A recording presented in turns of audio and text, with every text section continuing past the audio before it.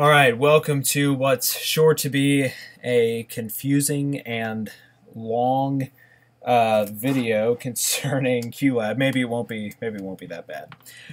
Okay, so let's jump right in. We have two Qlabs on this computer. We have Qlab 3 and Qlab 4. And on here it just shows Qlab and Qlab 2, but it's really the versions are, this is 3, this is 4. 4 is the nice, newer looking version. Let's start with a brand new workspace. We'll right click on Qlab 2.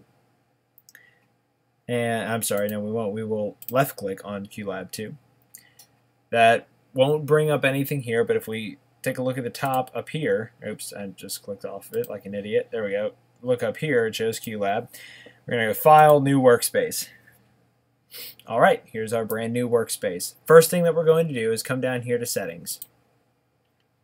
Then we're going to go to Audio. We're going to remove the built-in one output to PreSonus Fire Studio. Audio Patch 2 is going to have no device. And then we're going to click Done. Oh wait, no, I'm sorry. We're going to click Edit Patch 1. So we've set this so that's just the PreSonus coming in. Then we're going to go to Device Routing. And if we don't do this, all of our queues are going to be very, very high. All right, and we don't want that. I'm going to set the master at 10 for this presentation. That's and when you put in a number, it'll automatically go to negative. If you want to do it positive, then you have to put a positive and then a number in, positive 5. But I don't want that. I want to set this to 15. And this is a safety in case we in case we drop in a queue, push play, and we haven't adjusted our volumes. It may be loud, but it's not going to be blaring, and it's not going to hurt our speakers or anyone's ears. Click Done. Done. All right, so we're ready to go. So let's grab a queue. Let's see. Let's do, I have a lot of stuff over here in music. Let's grab a music queue. And let's do Stevie Wonder. All you have to do is drag it in, and there it is. All right. Stevie Wonder is in the queue. And if I push play right now, let's see if it'll play and you can hear it. Let me open the window. Oop. Make sure I'm actually in Qlab. See, there we go. So it's loud, but it's not atrocious. So we'll come down here to audio levels with this highlighted. And we can just bring this down. Or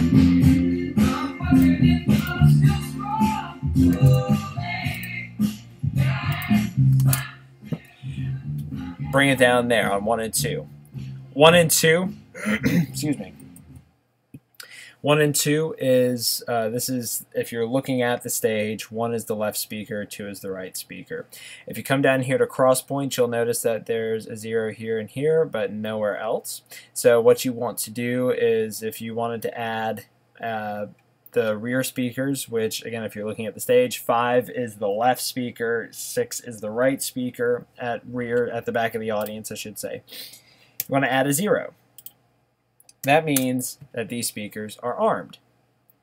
And as long as I have everything else on, everything's on my, all of the amps are on, the board's on, all that, then these will play, which they will right now.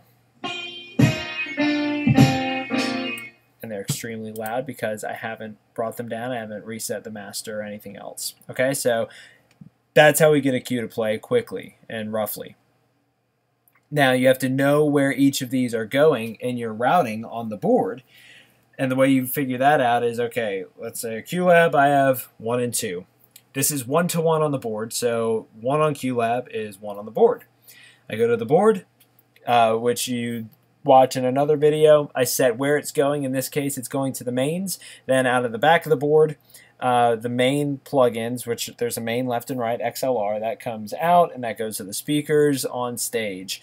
5 and 6, that's coming out of Qlab, going to the board on channels 5 and 6, then 5 and 6 on the board go to an amp, because they're not powered speakers that they're going to. Then they go from the amp to the speakers at the back of the audience. Okay? I know that's a lot to take in, but just bear that in mind, and we're going to keep moving. All right? Let's say this is a cue at the beginning of a scene, and you want it to start. Let me go back here to basics, and you want it to start somewhere halfway through the song. Okay, so we've loaded in our cue. I'm going to go ahead and remove the back speaker so we only have to worry about the front. I'm going to go to times and loops, and I'm going to arbitrarily grab this up here so that I get this little symbol, and I'm going to bring this somewhere up here. If I start it there, this is what it will sound like. Okay. So that sounds okay, but that's not really what I want to do with that. I want it to have a nice ease in, okay? So I come up here to this symbol, the fade, and I drop that in. And what I do now is I click here on Stevie Wonder and I drag him down into here, so now we're fading, but we have this red X here because we haven't told this fade to do anything, and fades can be either fade up or fade down. So you can set things like absolute fade, stop target when done, which you'd want to do typically when a cue is fading out, but you have to set your levels here, and you also have to put in your cross points. So I arm the ones that I want, and then I say, okay, well, I liked this level, so let me bring this over here. This is basically at 0, so 0 and 15. My master's at 0, 1's at 15, and 2 is at 15. Okay, cool. Now I need to make sure I come back to the original cue, which is this first one up here, not the one with fade, but the original, and I bring these all the way down, just like that. Okay, so now if that plays, nothing's happening. Cool. Now let's say, okay, I don't really want to have to worry about, by the way, with Qlab, you push spacebar to make a cue go. Okay, so I don't want to have to hit spacebar, then hit it again for the fade to take place. I want that to happen by itself. Well, you can have that happen. You click on the main cue, you go to Basics, Continue, Auto Continue. Okay? So now what happens is when you play this cue, this one's automatically going to start like this. There we go. See? To stop a cue from playing, you hit escape once, and it will take, I think it's a 2-second fade time for it to go out. And you double tap escape if you want it to end immediately. And it shuts off immediately. You say, okay, cool. Well, that works great, but I want it to last longer. The fade in, that is. Okay, so we double click here, and we have it set for 3 seconds right now, and instead I want it to go for 7 seconds. So we push 7, enter. And now it's going to take much longer.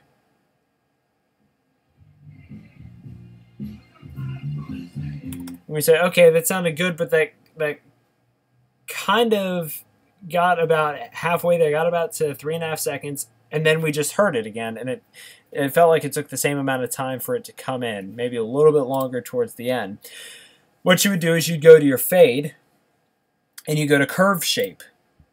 And this is how the sound's coming in. So it's waiting on a 7-second cue, fade cue.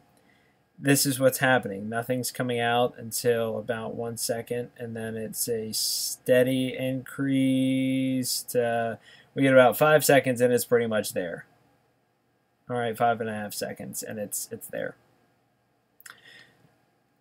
We can go from an S curve to what I like, a parametric curve. And this is a steady increase, more gradual increase, instead of just getting about halfway there and feeling like, okay, well, the sound's there already. So the difference in that, it's a little hard to hear from here, I know.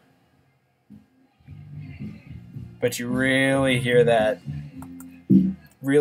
drag in with that particular curve shape, and that's what I like, is the parametric curve. One of the neat things about Qlab 4 is that they added the parametric curve, where in Qlab 3 they didn't have that. They just had the S curve and a custom curve, and I was making my own parametric curve each time because I liked how that sounded. Now, speaking of the custom curve, if you really want your cue to do some crazy things, also there's a linear curve, which is just a harsh line in. You can do a custom curve, and you can click and drag what you want to happen, and you can do some really weird stuff with this. All right, so when it fades in, this is what it will sound like. It came in and went out for a while, and then it shoots right back in. Again, that may have been hard for you to hear from here. I'm not sure. So you can do excuse me, some really weird stuff with that.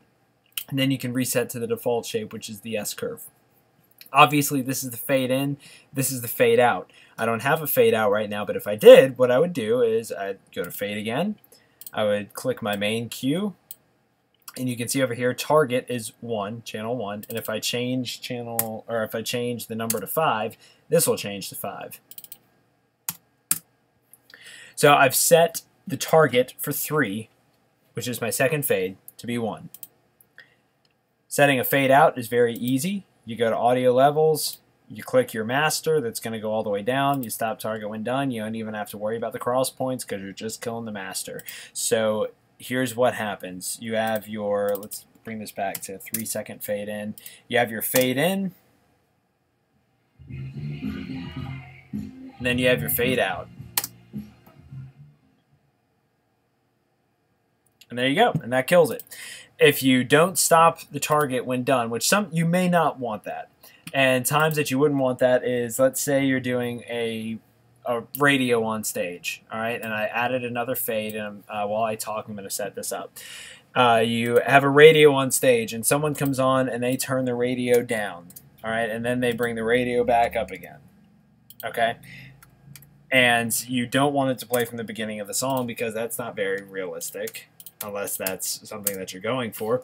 So you want it to keep playing, and you want it to be where that song would actually be in real space-time continuum. All right, so we start the song, it's playing, someone comes on stage, they turn it down. Okay, as you can see up here, the action is still taking place. We're still running this song. They take however long they take, they go off stage, and then we play this cue again. And there we go. Okay, so very, very realistic. And you wouldn't necessarily want to do, unless you have other things that are timed that take the exact same amount of time every time, you wouldn't want this cue to be on a timer. You'd want your board operator to be hitting spacebar on these last two cues, because the person could come in late, they could come in early, whatever the case may be, and mess up your timed function. Okay, you do have PreWaits here, and you do have PostWaits. Okay, so a PostWait, since this is an auto cue, I could put this PostWait on for 5 seconds, which means that when I hit this, it's going to wait from 5 seconds from the time that I hit it before it plays the cue. Something that's nice about the well, let me show you the pre-wait. So the pre-wait, 5 seconds, I hit this, and it's going to wait 5 seconds, then play the cue, and then it will go to the next one.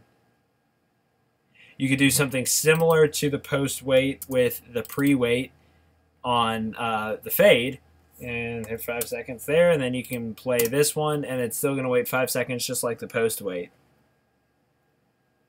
And here we go, and it's playing. Now, the post-wait can be very beneficial if, let's say, you wanted to run an auto cue and someone messed up and came on stage very early. Let's say there's a 30-second post wait. So you're waiting 30 seconds for this to start, and you go, oh my gosh, this person just jumped 2 pages. Well, you can go down to time and loops, or let's say if you're just testing out cues and want to hear how it sounds, and you know you have a wait time of 30 seconds, but you don't want to wait 30 seconds every single time. So you'd come to here, and then you'd just click ahead. Whereas with the pre-wait, that won't happen. Okay? This is going to take 5 seconds regardless. So I come back up here. I don't want to wait my 30 seconds. All right, so I click it up. I've got about 10 seconds left. There we go. Oh, they may have actually fixed that. That's great. With Qlab 3, your pre-wait, you had to wait regardless. And it looks like they fixed that now with Qlab 4. That's nice. You used to have to wait. You don't now. Anyways, post-waits or pre-waits, try to use either one or the other. If you get into using both, it can be confusing. One case where you may use both is in something like, I'm going to open up the Wizard of Oz here. It's going to open on top of this one. Something where you have a surround sound feature and it's traveling. And what I mean by that, I'm going to cover over the other one for a minute. And I'm going to come down on Wizard of Oz to the cue called Flying Broom. This is in a group. A group just means that there's a bunch of cues in a box, and you can make them all disappear if you want, or come back.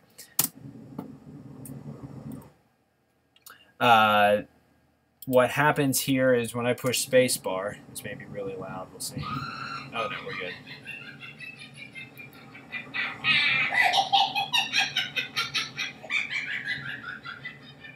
There's 4 speakers and this thing's traveling around, okay?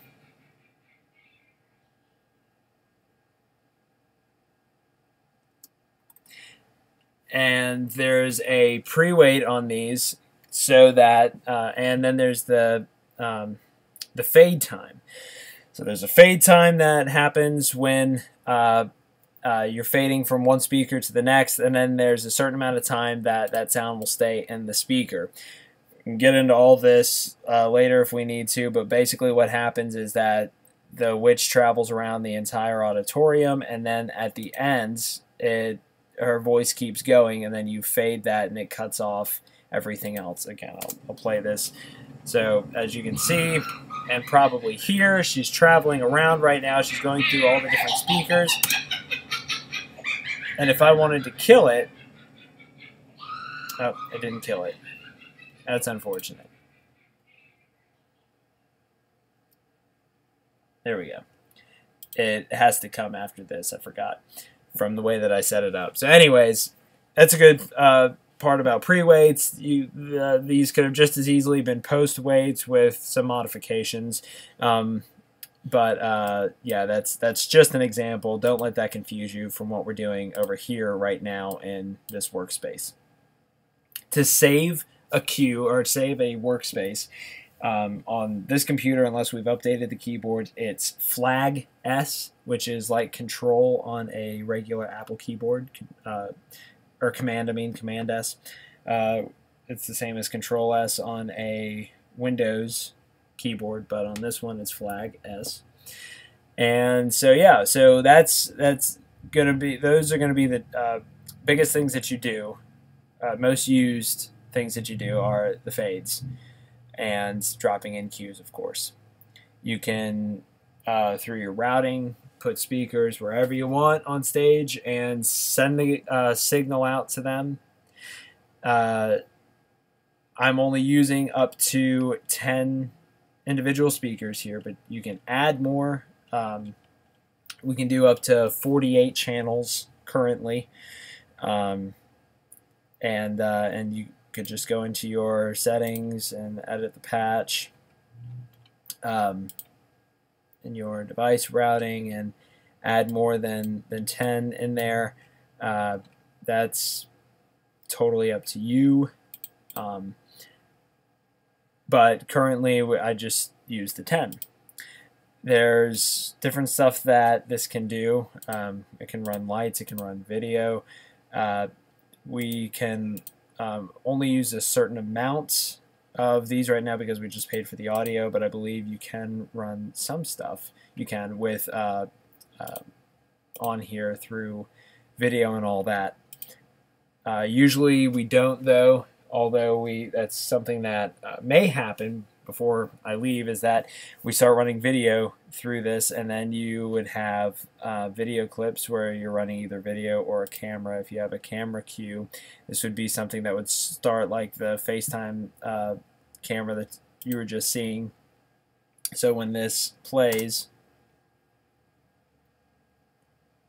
there I am. And then escape out of that. Typically you'd have a different camera setup, though.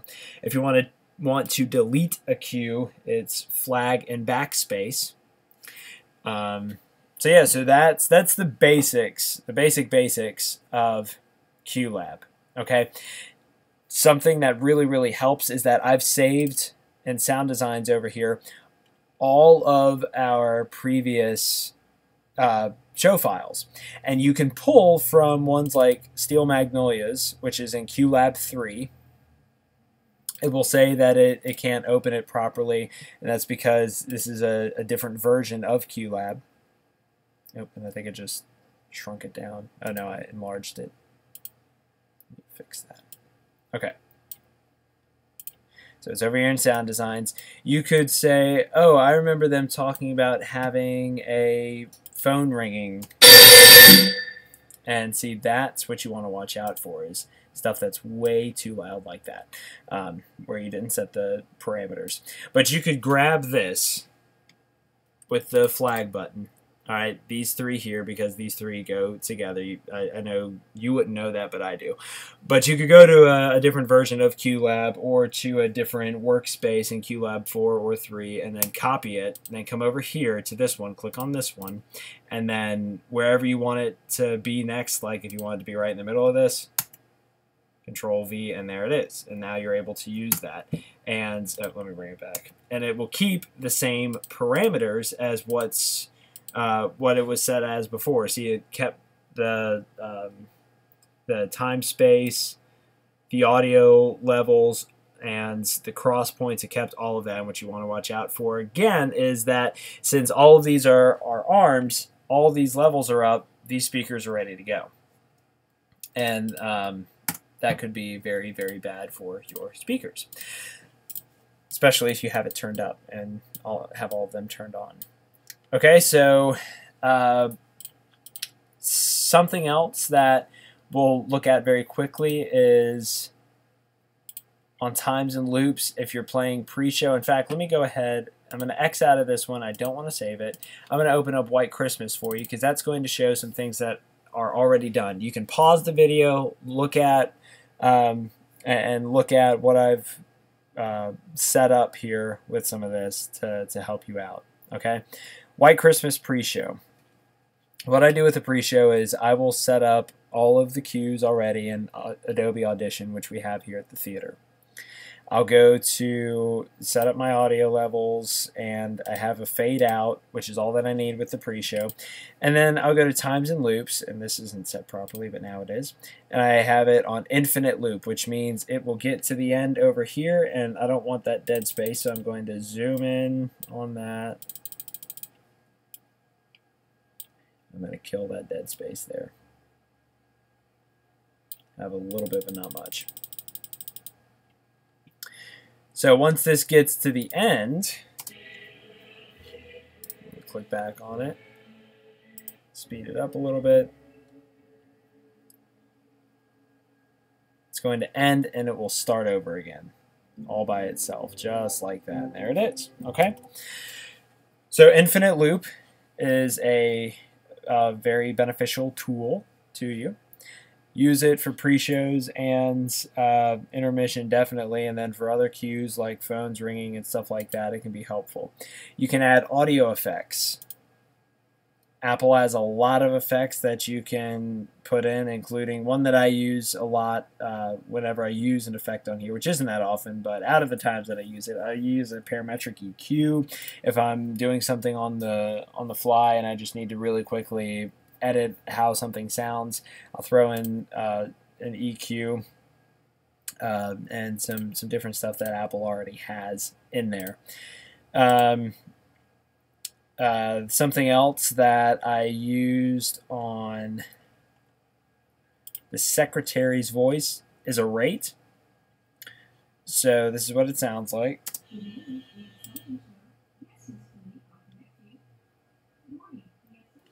And I sped it up just a little bit. If you don't preserve the pitch, it's going to make her sound much higher.